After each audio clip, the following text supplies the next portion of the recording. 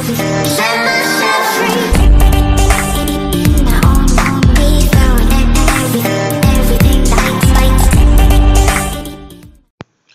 what is up, guys? This is DJ Clan Smasher bringing you an episode of the Miners. Yep, you heard it, guys. So the Miners got a new level, and I'm gonna say they're pretty OP. So I've noticed a few of my clanmates who gemmed the Miners to max for some of the wars. I'll go ahead and show you some of those attacks very soon. But I'm just gonna show you this replay right here because now that I do have a purpose to farm, because I used to be max, but now there's a the new defenses, new everything. So I've been farming, and I didn't know what to use for farming because I haven't been farming in a long time. So I figured, why don't I just use miners, even though they cost so much elixir, but I don't need elixir, so might as well just do it. And if I'm gonna be using that as for dipping, it's gonna be a perfect way to learn how to use this attack. So the reason why I didn't come up with this attack, actually I saw Trav using it, Steamroller Trav.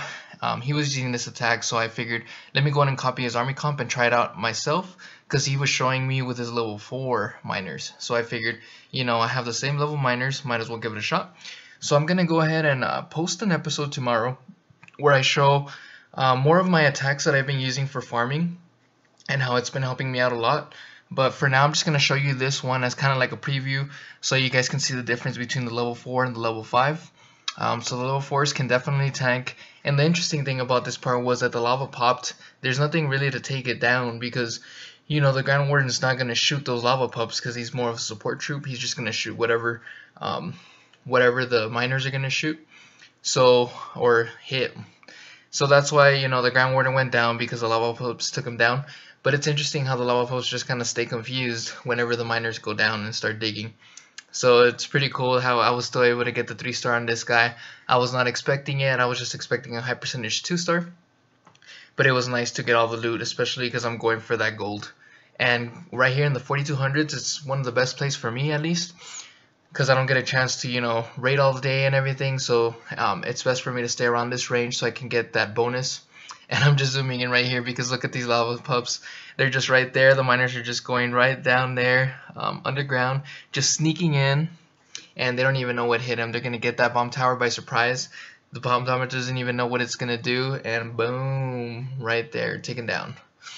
So anyways, guys, let's go ahead and get started with some of these attacks. So this first one that I'm going to show you is by Shadowfire here in Elite Gaming. It's going to be a mass miner attack, and yes, he did gem those miners to max. That's probably one of the first things that I'm going to do as far as troop upgrades.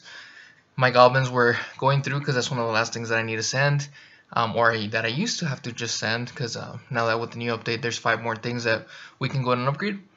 So I was debating what I should upgrade, and I at first thought I was going to send the wall breakers, because I figured if level 6 bombs take down level 6 wall breakers, if I upgrade my wall breakers, then I won't have that issue of will I get an upgrade, a wall breaker fail. You know what I mean? But once I started seeing the play for miners, as far as like how good they are, it's making me switch, and I really do want to send these miners through, especially because it's going to help with the dip attacks. Pretty much, you're going to take a bunch of heal spells, you're going to follow your miners, you're going to create the funnel with the king and the queen on each side, and then the Grand Warden is going to go straight to the middle with the miners, and he's pretty much going to be the support unit, giving those extra hit points to each of the miners, and you just follow them with the heal spells to make sure that they stay alive throughout the whole raid. They're so powerful because once they're down there, like underground, they can't be hit by anything, even the Infernal, so it's a great way to evade that. And because of the way the bases are laid out, they're kind of anti-Bewitch, or they're trying to make that anti-hog or whatever. There's not really a good way to defend against these this kind of attack.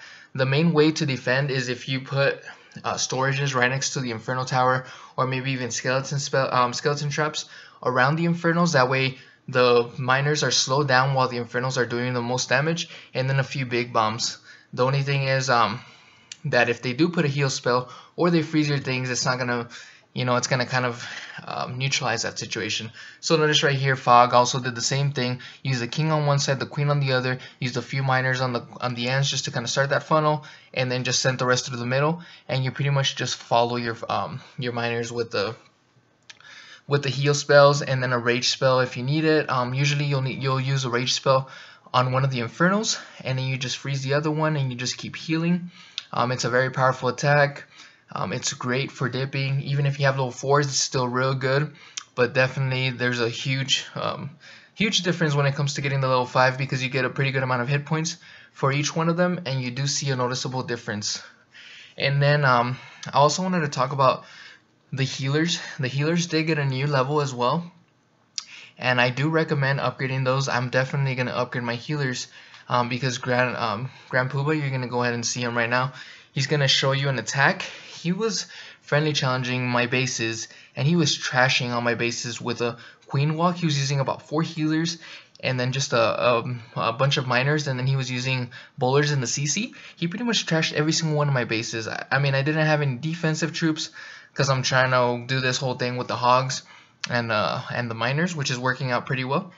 But still, guys, I mean, that's still very impressive to be able to take down almost every single one of my bases, because they're supposed to be anti-2, you know, trying to stop the TH11s.